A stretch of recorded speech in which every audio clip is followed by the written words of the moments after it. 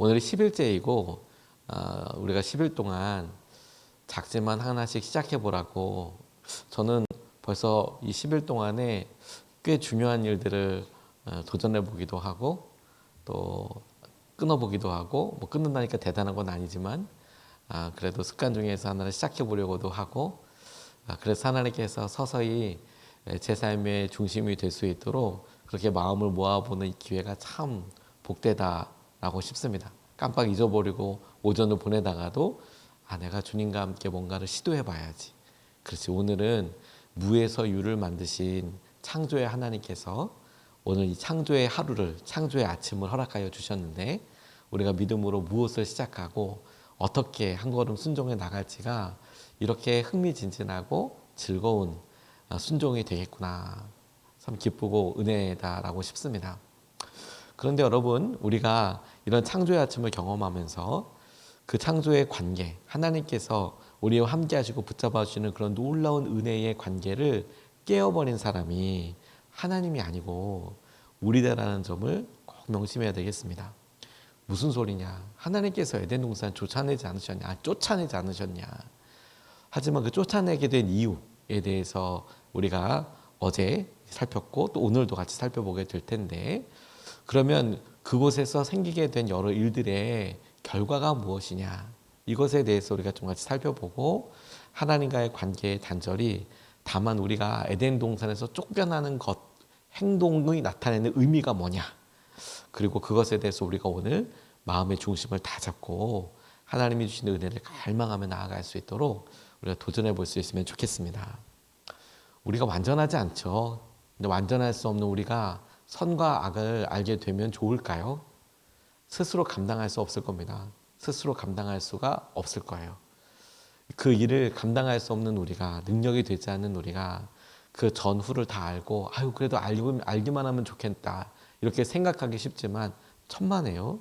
근데 그렇게 알게 된다면 아마 우리는 정상적인 생각과 사고를 유지할 수 없을 겁니다. 그 충격과 그 마음에 너무 힘든 일이 될 수도 있습니다. 사람에게 선과 악을 안다고 해서 선을 계속해서 행할 수 있는 능력과 의지도 없습니다. 그렇지 않습니까? 아담이 하와가 이미 증명했어요.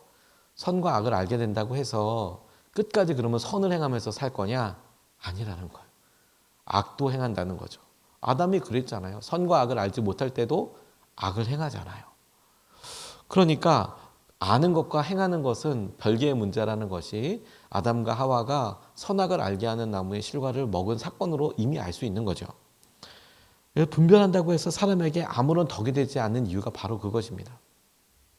몰라서 악을 행하는 경우보다 알고도 순종하지 않는 경우들이 더 많다는 것을 생각해 보면 선과 악을 안다는 것이 가져오는 파급 효과를 우리가 알게 돼요. 그 다음부터는 일부러 악을 선택할 수도 있을 테니까요. 하나님께서 그들에게 각각 벌을 내리시고 그들이 거주하였던 에덴 동산에서 쫓아내시기로 결정하셨는데, 근데 은혜 가운데 거하던 아담과 하와는 더 이상 일상적으로 은혜를 누릴 수가 없게 되었습니다. 에덴 동산에서 쫓겨내었다라는 결과보다도 그 일이 갖게 되는 의미가 저는 첫 번째 이렇다라고 묵상해 보았습니다. 그 첫 번째가 무엇이냐면 은혜가 사라지는 것이 심판이구나. 은혜 가운데 살 때는 너무도 당연하고 너무도 좋고 너무도 우리 가운데 충만하게 보이던 일들이 싹 사라져 버려서 왜 이렇게 힘드냐, 왜 이렇게 어렵냐 라고 생각들 때를 가만히 보면 다만 삶이 불편해진 정도가 아니라 은혜가 사라진 것 자체가 심판의 결과이구나, 이렇게 고백할 수밖에 없게 되는 것 같습니다. 오늘 23절 말씀을 보면 그래서 주 하나님은 그를 에덴 동산에서 내쫓으시고 그가 흙으로 나왔으므로 흙을 갈게 하셨다.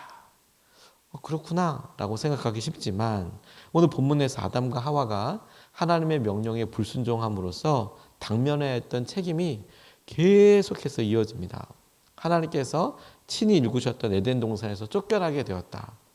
우리가 잘 알고 있죠. 그런데 이 에덴 동산은 모든 것이 다 갖춰져 있던 동산이에요.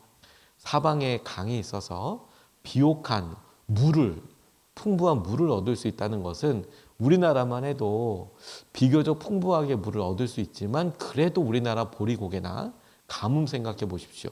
물 되려고 얼마나 힘들었습니까? 물이 상대적으로 풍부하다는 우리나라도 가뭄의 때는 대책이 없었거든요. 하지만 좀 사막 지역은 더 이루 말할 수가 없고 그럼 뭐 7년, 10년 비 한 방울도 안 오는 그런 지역도 있고 그리고 이스라엘이 살았던 그 땅은 거기 거의 광야 수준이거든요.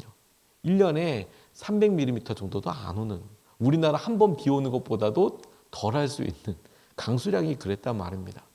그러니까 엄청 힘든 삶을 살게 될 텐데 평상시라면 그리고 물이 있어도 경작할 수 있는 이런 관계 수로가 없으면 그거 뭐 제대로 이용할 수도 없을 텐데 주님이 아예 에덴 동산 근처에 강을 4개나 두셨다라는 거예요. 그러면 농사짓기 얼마나 편하겠어요. 각각 그들이 먹을 수 있는 것들 그냥 그 강 옆에다가 하고 이번에 여기 넘쳤어? 딴 데 가서 그냥 일구면 그냥 경작지가 되는 거죠. 아주 편안하고 그렇게 크게 노력하지 않고 재미로 해도 저절로 막 이렇게 쑥쑥 자랄 만한 그런 곳에다가 아담과 하와를 두셨는데 그러니까 먹을 것이며 삶에 필요한 모든 것을 어렵지 않게 다 구할 수 있는 그런 곳이었는데 하나님께서 사람들을 위해서 최선의 것들을 다 예배해 두신 것 아니었겠습니까? 동물들에게 이름을 지어주었던 장면을 보면 알 수 있듯이 이곳의 짐승들과도 어떤 평화를 누리면서 짐승들이 날 잡아먹는다 이런 생각 없이 그냥 살 수 있는 그런 땅이었습니다. 짐승들도 와서 특히 뭐 이건 피해야 돼, 도망가야 돼 이렇게 생각하지도 않았던 것 같아요. 그리고 무엇보다도 하나님과 함께 거닐던 곳이었습니다. 하나님과 사람과 하나님께서 사람과 함께 거니시던 곳. 그게 일상이었다는 거예요. 그게 일상이었다는 거. 근데 그게 너무도 당연해 보였지만 그냥 그렇게 살아왔으니까 그게 당연하다고 생각했지만 아담에게도 추억이 있는 곳이고 하나님께도 추억과 기쁨이 있는 곳이었지만 아담의 불순종으로 인하여서 모든 것이 다 아픔의 기억이 되는 것이죠. 분노의 기억이 되는 것이죠. 하나님께서 값없이 주셨던 은혜를 싹 거두어 가셨어요. 그래서 이 에덴 동산에서 쫓겨나감으로 인하여서 아담은 이 모든 것들을 스스로 구해야 했다는 거예요. 그러니 여러분 심판이라는 것이 그에게 갑작스럽게 뭐 병이 생긴다거나 혹은 그가 장애를 입는다거나 이런 것들로만 우리는 생각하지만 그게 아니라 그 전날까지 날마다 당연하게 누려졌던 것들이 이제는 본인이 수고해야 하고 이제는 본인이 걱정하여야 하고 이제는 본인이 그것에 대해서 끊임없이 노력해야만 하는 상황으로 되는 것들이 결과더라는 거예요. 본인의 죄에 대한 결과더라는 거죠. 그리고 우리가 우리의 삶에 이것을 이렇게 적용해 볼 수 있겠다라고 싶습니다.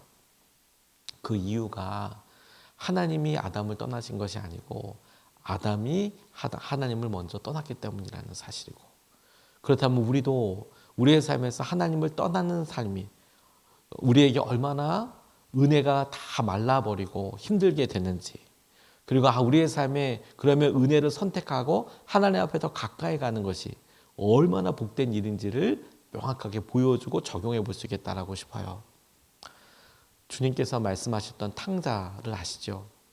탕자가 아버지가 집 나가라고 그래서 나갔나요? 지가 집을 기어 나갔나요? 아버지가 유산 주면서 너랑은 더 이상 못 살겠다. 너 나가라. 너 행동이 왜 그러냐. 이런 게 아니었고 탕자가 스스로 자기에게 있어서 주기로 했던 유산 다 달라고 그래서 집을 떠나버렸어요. 그가 집을 떠날 그때까지 사실은 그는 엄청난 은혜를 누리고 살았겠죠. 당연하게. 하지만 집을 떠나서 처음에는 괜찮아 보였어요. 갖고 있었던 재산이 있었으니까.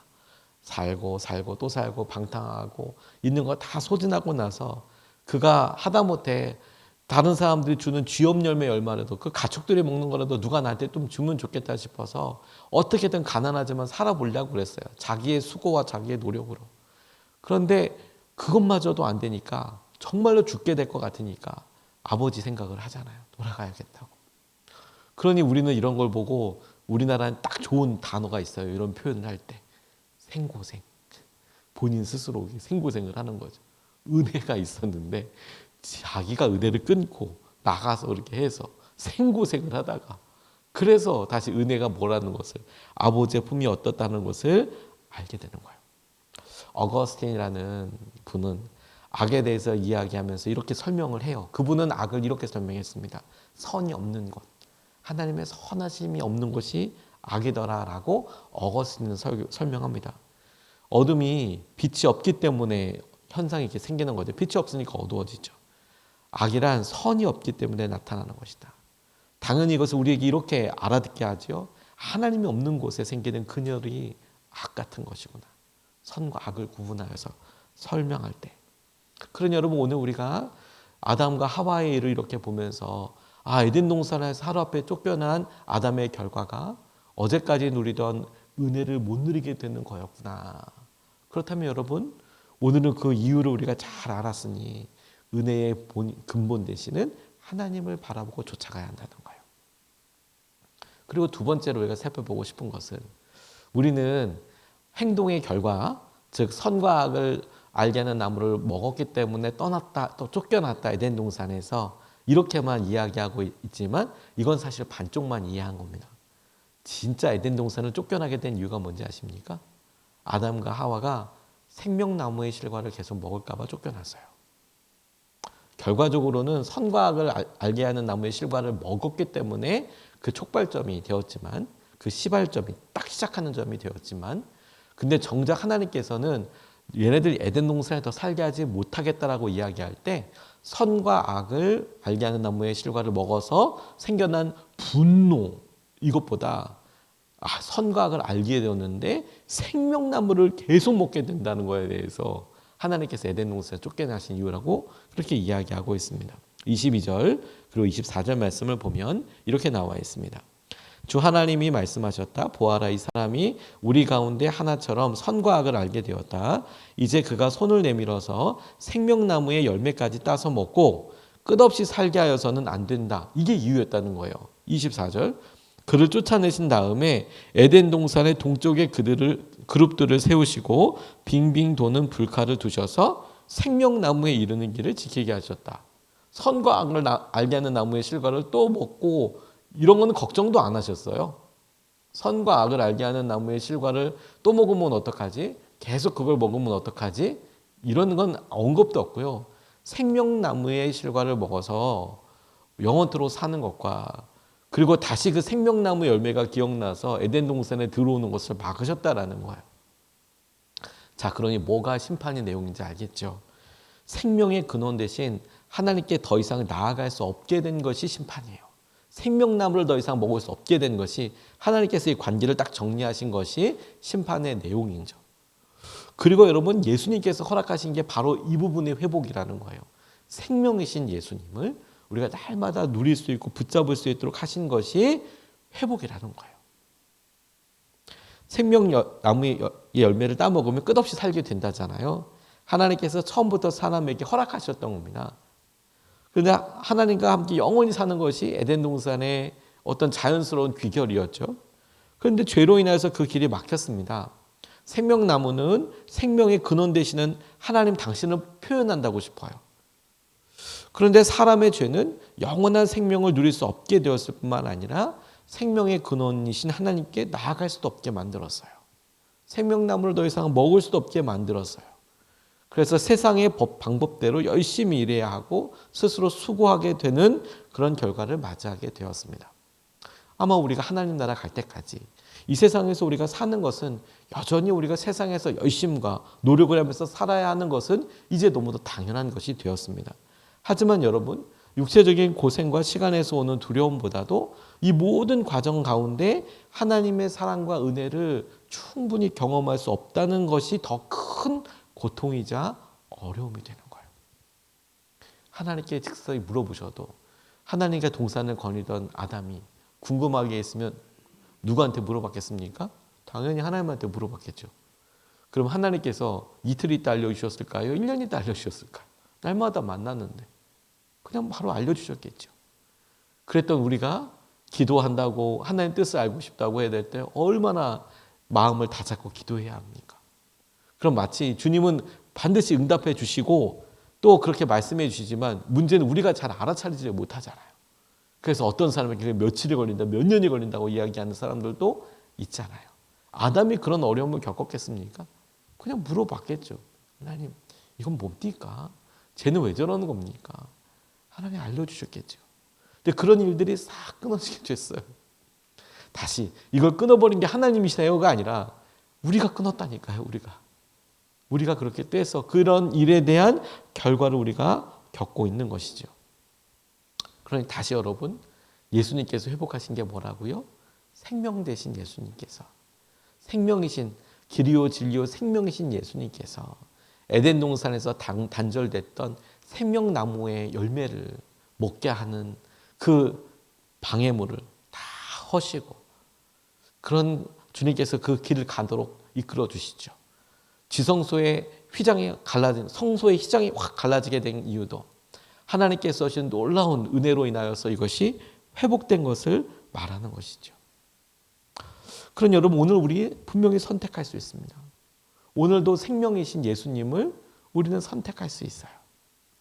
그래서 생명의 근원 대신 하나님께서 열어두신 그 길로 우리가 죽음과 고민과 염려와 걱정 가운데 살 것이 아니라 오늘 우리 가운데 예수님을 한가운데 에덴 동산 중앙에 생명나무 있듯이 우리 가운데 그 생명이신 예수님을 모시고, 그리고 예수님의 결정대로 우리가 질문하고 쫓아가고, 그리고 주님의 말씀대로 따르고 순종하도 가는 길이 그 생명나무를 날마다 먹는 길이고, 주님께서 우리에게 회복하신 생명을 우리가 오늘도 붙잡게 되는 약속이 되는 거예요. 선과 악을 알게 하는 나무의 열매가 오늘날 우리에게 중요한 의미를 갖게 되는 것이 저는 바로 이 부분이라고 싶어요. 우리가 오늘도 선택할 수 있으니까. 아담이 마치 오늘도 나가서 밥 먹을 때, 식사해야 될 때 내가 생명나무를 먹어야지, 이 실과를 먹어야지, 그런데 그 중에 어느 하나가 선악과를 먹게 되는 그런 선택을 해서 이 사달이 난 거잖아요. 근데 우리는 오늘도 죄와 유혹을 선택하는 것이 아니라 하나님께서 말씀하신 생명나무의 실과를 선택하듯 말씀을 선택하고 예수님을 선택하고 그 길을 쫓아서 나아가고 살아가는 것으로 인하여서 하나님께서 우리에게 하시는 것을 누릴 수 있는 거예요. 그러니 여러분, 우리가 아담처럼 이렇게 조금 더 도전해 볼 수 있겠습니다. 우리가 그렇구나, 하나님께서 은혜를 예비해 주시고 우리가 날마다 그 역사하심 가운데 사는구나. 예수님께서 당신께로 나올 수 있는 생명의 길을 열어주셨구나.